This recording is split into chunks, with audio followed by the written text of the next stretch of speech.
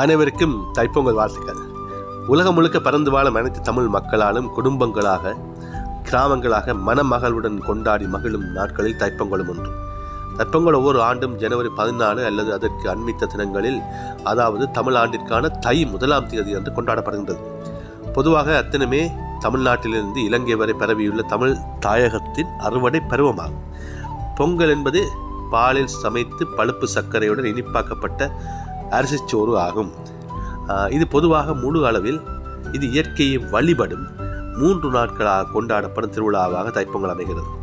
முதல் நாள் சூரியனுக்கும், மறுநாள் இயற்கையின் அழகின் ஒரு பகுதியாக இருக்கும் பறவைகளுக்கும் கால்நடைகளுக்கும் விசேடமாக பாலை வழங்கி வயலையும் முழுவதற்கு பயன்படும் மாடுகளுக்கு நன்றி செலுத்தி அலங்கரித்து பொங்கி வழிபடும் மாட்டுப் பொங்கலாகவும், 3ஆம் நாள் ஜல்லிக்கட்டு எனப்படும் இளைஞர்களால் கொண்டாடப்படும் காளைகளை உள்ளடக்கிய விளையாட்டாகவும் அமைகிறது.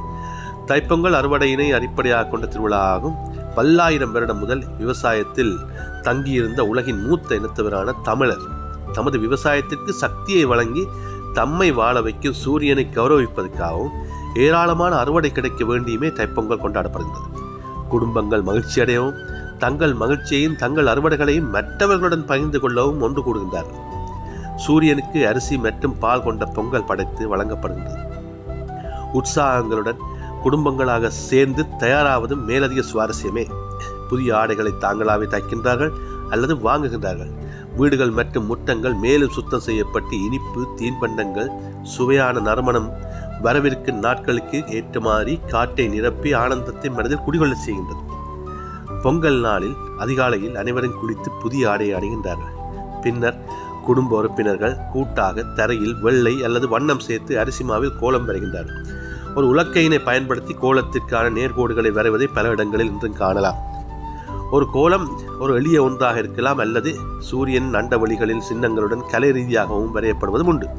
பொங்கல் தயாரிக்கப்படும் புனித பகுதியை கோலம் வரையறுக்கும். கோலத்தின் சுற்றளவுக்குள் பொதுவாக அரிசியை சமைக்க விறகு பயன்படுத்தப்படுகிறது.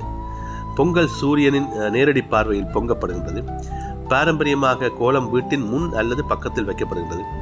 மழையான அல்லது குளிரான காலத்தில் விறகு கொண்டு வீட்டின் உட்புறத்தில் பொங்கல் பொங்கப்பட்டு கோலம் அமைக்கப்பட்டு இடத்திற்கு கொண்டு வருவதும் உண்டு.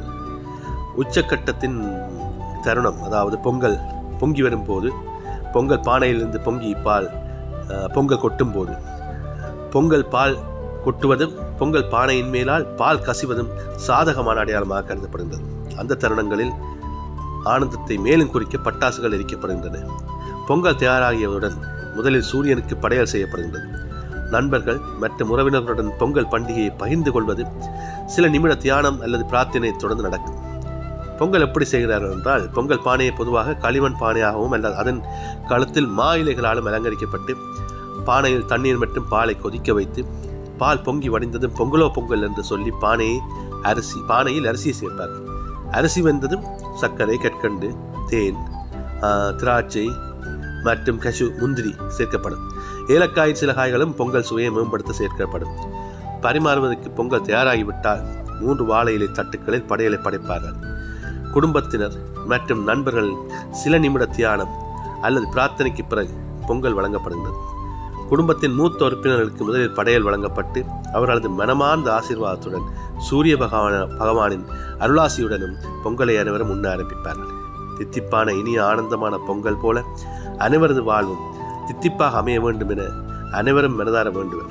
அவ்வாறே இந்த பொங்கல் திருநாளில் உங்கள் அனைவருக்கும் இனிமையான பொங்கல் வாழ்த்துக்களை தெரிவித்துக் கொள்கின்றோம்.